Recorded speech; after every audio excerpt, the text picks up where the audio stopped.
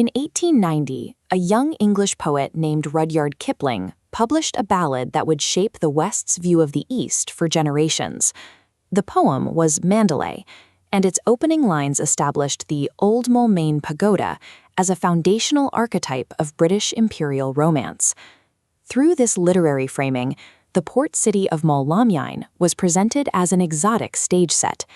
It became a landscape for Western adventure, centering the European experience while relegating the city's inhabitants to the far periphery. Even prominent critics of the empire, like George Orwell, worked within this framework. During his service as a colonial police officer in Burma, Orwell's writings focused on his own internal conflicts, often treating the local population as secondary figures in his personal reflections on power. This curated colonial narrative actively erased the local population and completely obscured the complex political reality of the era. Relying on these Western accounts obscures the volatile history of the region. In Moulmein, right under the nose of the British administration, a high-stakes battle for cultural and physical survival was underway. Just down the road from Kipling's famous pagoda stands a stark contrast to the colonial myth, the Yadanabon Mient Monastery. Its exterior is defined by intricate, dark wood carvings that reflect an entirely different history. This structure was not a British commission. It was built by Queen Saindon Mibaya, a senior royal consort who had arrived in the city as a fugitive.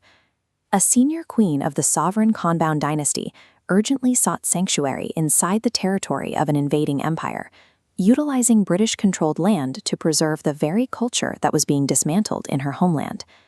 In 1878, Saindon Mibaya was a senior consort to King Mindon in Upper Burma. While she held significant wealth and status, she lacked a royal heir, a vulnerability that became critical during the dynasty's final years. Following King Mindon's death, a dangerous power vacuum opened up. Prince Thibaw seized the throne, initiating a violent consolidation of power. In the 1879 Mandalay Palace massacre, over 80 royal relatives were slaughtered to eliminate any competition for the throne. Lacking the protection of a royal heir or a political faction, Saindon Mibaya became an immediate target for the new regime's purges.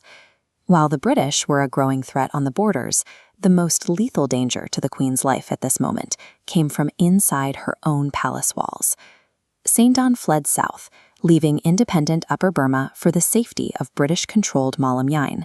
She utilized the British policy of non-interference in local royal disputes to her advantage. Moulmein became a safe zone, protected from the violent reach of the court in Mandalay. Now in exile, she was ordained as a Buddhist nun, shaving her head and adopting pink robes. She used her remaining royal wealth for a new purpose. She commissioned craftsmen from Mandalay to build the Yadanabon Mient Monastery. Under her direction, they replicated the specific gilded carvings and royal motifs characteristic of the Konbaun court. She took advantage of the stability in British Moulmein to fund a cultural preservation project. In the middle of a colonial port, she built a physical time capsule of the royal traditions that were disappearing in Upper Burma. In 1885, the British annexed the rest of the country and sent King Thibaw into exile.